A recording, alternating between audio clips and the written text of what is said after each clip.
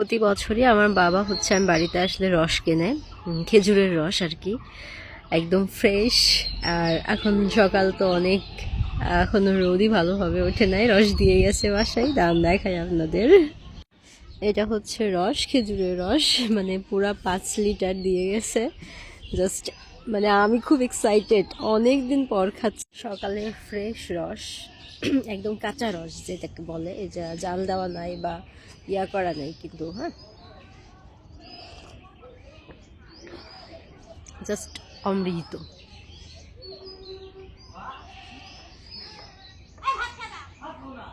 ভাইয়া আসো, ভাইয়া রস খেয়ে যাও।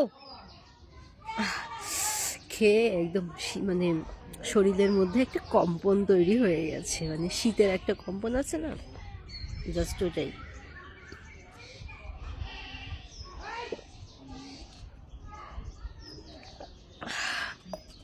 ভাই এত মজা, আমরা প্রকৃতির কিছু জিনিস যেটা আমরা প্রকৃতি থেকে পাই, মানে সরাসরি প্রকৃতি থেকে পাই, সেটার আমার মনে হয় যে অন্যরকম একটা টেস্ট, অন্যরকম একটা ব্যাপার বা অন্যরকম একটা ভালোবাসা, ভালো লাগা থাকে, যার কারণে এত বেশি মজা হয়।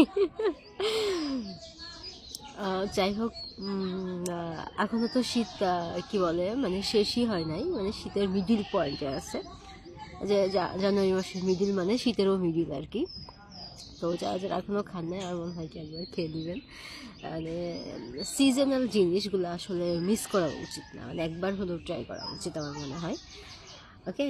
আর এতগুলো রস আমি খেয়ে ফেলবো 1 লিটার আমার মনে হয়, মানে আমার খুবই ফেভারিট, খুব বেশি ফেভারিট।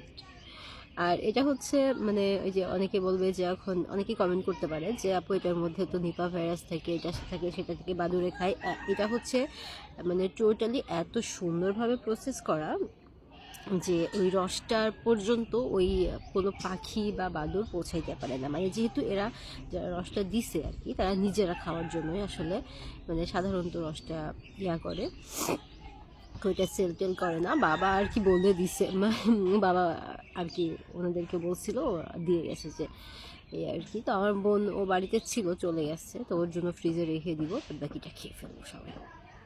তো যাই হোক, মানে শীত শেষ হওয়ার আগে রসের মজাটা কিন্তু অবশ্যই নেবেন, জাস্ট খুবই মজার একটা ব্যাপার এটা।